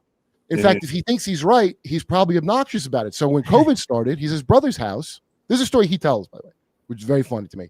His brother went and got a haircut that day, and Jimmy like lays into him like how it's inconsiderate, you know, because of COVID. So you understand, he's not a guy who doubted when he gets his shots and he gets injured by them. Yeah. That's when, okay. So, and he very forthrightly explains this. So whatever anybody, like somebody who's yelling, like you could yell the truth at me, or you could like whatever. I just don't want to hear someone is like hiding a thing, you know? And so COVID, I didn't really know them. The one guy, they both were like all about it. They were all about wearing a mask, and they would wear like a bandana instead of a mask, which like is a mask already didn't do shit, but this is even less than anything. Maybe you're beating facial scans or something. Yeah, like there's no, if I thought Jimmy ever was like a shill, then I wouldn't work on it. I'd be on nothing. I like Jimmy Dore. I have a good Jimmy Dore story. When Sam Tripoli and I did a live show together, we did kind of a combined Higher Side Chats tinfoil hat live show with a panel, and Sam brought Jimmy to be on the panel, and I didn't know him that well. We were having a good old time, and then Sandy came up, and Jimmy was down to at least hear the case made that Sandy Hook was a manipulated event without getting heated or without calling bullshit. He was just like, really? That's interesting. And I'm like, yeah, you know, these are some weird facts. He's like those are some weird facts. Those are some weird facts. He's like that. He's like, cool. I like him. But it's just a matter of, like, that's how you keep your brain from being getting calcified. Yeah. Or what they call it, neuroplasticity. I'll bet you a lot of neuroplasticity is not getting rested in your fucking ideas that confidently, you know? Yeah. That's an old, I guess, Aristotle quote is like, the mark of an intelligent person is to be able to try on an idea without adopting it wholesale. It's like very simple stuff. I thought his most famous quote was like, "Dick, butthole is basically pussy." Put that on a shirt. Yeah. But I do think it's very simple. It comes natural to me. And so it's odd when I see other people get triggered by just. It is natural. You have to be trained out of it. You have to be trained out of it. Right. And that's why they love Hindu shit so much in Britain, because it keeps you in your fucking where you're supposed to be. So what about the Kama Sutra? What do you mean a Kama Sutra? What about the Kama Sutra? Like, can I be honest? I've never read it. Well, it's just you don't read it. Yeah, you act it out. But it's just like one of these gateways to higher consciousness. There's a sexual gateway as well, and they've mapped it out in the Kama Sutra. Dude, I waste all my cum wishes. You know that? Like, you're supposed to hold it in and make I a do. wish I do. for rocket ship knowledge. No, I just wish for more wishes. I used to have a guy sending me pictures of his jizz, saying that he was doing magic, trying to disrupt my marriage so that he could win me. So anytime I fight with my wife, I'd be like, it's that fucking guy. It's those goddamn sigils. That guy's jizzing on your wife's birthday. He's trying to find her birthday through Facebook so he can make the sigil so he can get her pissed at me. I'm telling you, I'm so happy to have very, very, very moderate success in this space, because it keeps the crazies at least a little bit at bay. So this is why people don't me, venture too deep in the occult, because you have to write down this guy's name and jizz on it 3 times, and then send him a picture of it. Oh God! Oh my God! That's so fucking hilarious, dude. All right. Well, we went a long. Let me see if there's any more super chats. Yeah, thanks for coming, man. Thank you, Vem. I do really appreciate it. Let's see if I got any other new things to read. Okay. Gage Ramsey, I call you live. Your shit, Kurp. I watch you and Jimmy too. Keep it up, and come to Arizona for stand up someday. I do go to Arizona. I just went to I think Phoenix, but I'll go back when they book me back there. Let's see. What does this say? WIW Carpentry 1. Greg and Kurp are right. You see Charlie Soul eat his body, and it's terrifying. Yeah, and dude, I tried to avoid it, but I still saw it. Like when I was a kid and the Challenger exploded, we all had to be lined up in the class to watch. Oh, a teacher's go into space and then blow up, and then I'm supposed to get. I remember as a kid, I'm like, I hate school. Like, why do I give a fuck if a teacher goes to space and they blow up or don't? You ever seen the photo of people connecting all the Challenger astronauts as being still working within the NASA apparatus and still alive? Fucking weird. Yeah, I don't even know how. All right, USA Patriot Crickets. Turns out you can trick God. The balls. Yeah, it's like. So I said last week on the thing. Look, the main thing of the Bible is God's like the author, not the fucking like. It's not an equal the devil and God fight. George R. R. Martin's not afraid of the mountain that he wrote about. It's a character. So the devil's your enemy. It's called the adversary of you, idiot. So anyway, but I think kind of what they think they can do is like if you get possessed by an idea, because I've been obsessed with ideas, I had 100%. And if you think everything's a reflection of everything, right? So you think I'm an idea in God's head and I could take over God and make it, and I could, and like drive God crazy. Like it's some shit like that. I swear to God, I think it's that. Mike DeBoer, you ever listen to Bobby Hemmett? Great occult lecture from the 90s, just to wade through a little black supremacy. I will listen to him, dude, because Charles Coakley, who talked about the Black Boule, and you have to wade through some black horseshit first, but dead on, good information, dude. And I talk to people, they don't even know about these guys. You'd be like in college in the 90s or something to know Coakley. Charles Coakley had a bunch, but I'm gonna look up Bobby Hemmett 100%. Terry Hall, please look in the human biofield and network centric warfare. ASM is a good resource. Human biofield. I mean, I'll look up that phrase, but I do. It comes up a lot. It really does. It does. I was the #1 SCer on the last episode and ended with nothing worth reading, which is fine. Oh, this is the one. But how much you get, Kurt, in my Discord for an hour? Well, what do I have to do? Wow. Is this like a Discord? A little more than $5, I bet. Is this like let's see. I'd love to hear. I'd love to hear you derp more about Stephen King's Dark Tower. You know what that is. Idris Elba played him. You know what his Dark Tower is. Stephen King, I've never read one of his books, but of course I've heard more and more about how when you get into the books, not the film adaptations, there's a lot more weird pedo kid stuff in almost all the books. And it makes sense why it'd be successful. Yeah. Well, Stephen King, I don't know exactly. I know it's Maine, but I'm like, where'd you grow up that your bullies do things like carve their name in your belly? Did you grow up in prison? Did he say that? Wow, I didn't hear him say that. Well, it's in the bully was in a car. Oh, okay. He's always writing about these bullies that are like bizarro psychopaths to the level that I don't remember. You know, he's much older. I think he's older than me. So they were that bad at your school? That then?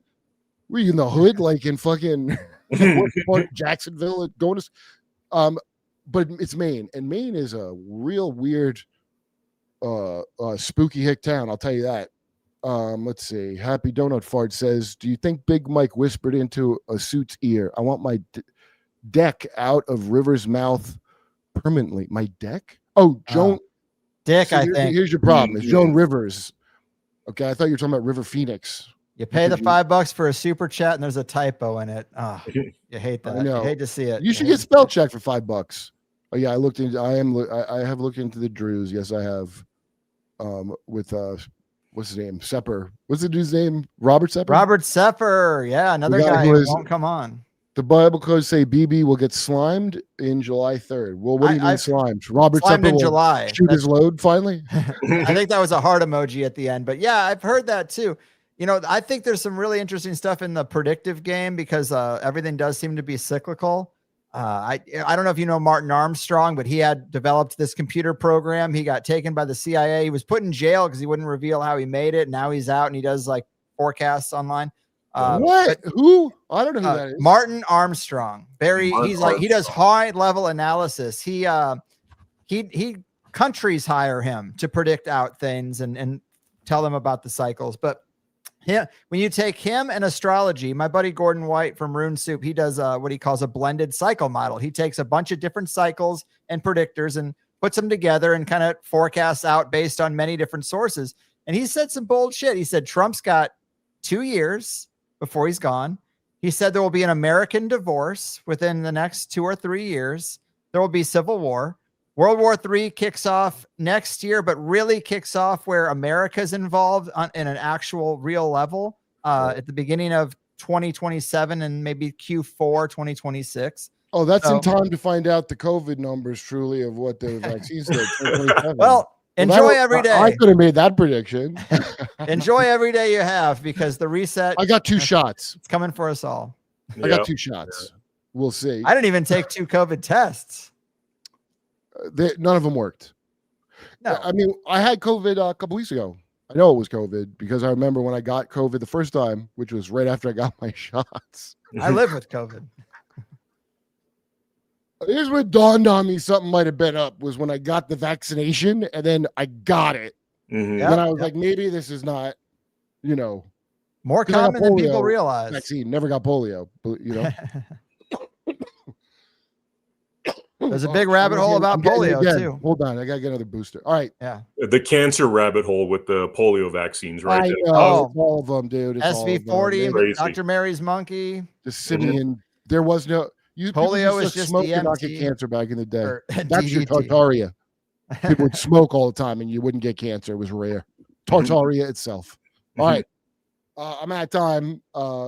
Greg, thanks, man. Come back on the show. That was fun. I was glad to have you, them. Thanks for having me. Back on, and we'll coordinate like a nice outfit together, and we'll just gang up on somebody. I like it. I love it. You come at them with a Seth Rogen voice, and I'll come at them with my whatever voice. There you go. Thank you so much, Kurt. I appreciate it. Greg, great to meet you, brother. You as well. All right, guys. Thanks. Later. Thank you, guys.